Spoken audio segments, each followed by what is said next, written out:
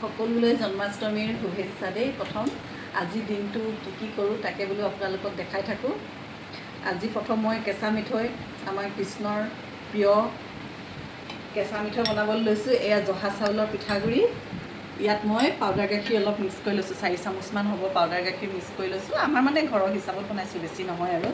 তাৰপিছত এয়া চেনি দিম, চেনিও এই মিঠা মানে আন্দাজমতে লৈছোঁ আৰু চেনি দিম। চেনিখিনি খালি মই মিক্সিত গুড়ি কৰি লৈছোঁ দেই। চেনি দিম আৰু তাৰপিছত এয়া গৰু ঘিউটো খালি সৰহকৈ লাগিব।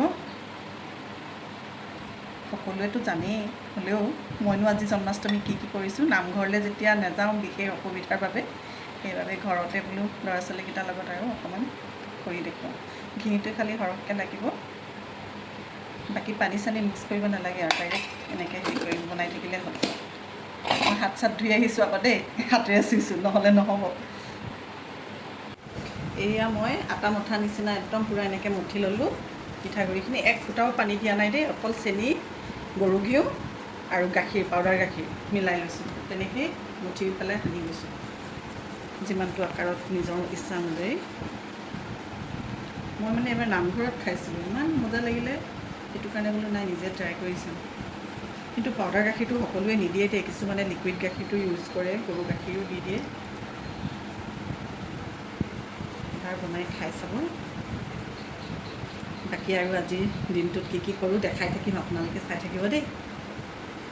মই এতিয়া পকা মিঠৈ বনাই দেখাইছোঁ দেই আপোনালোকক। মই বাকী পিঠাগুড়িখিনি ভজা মেলা এইখিনি নেদেখালোঁ।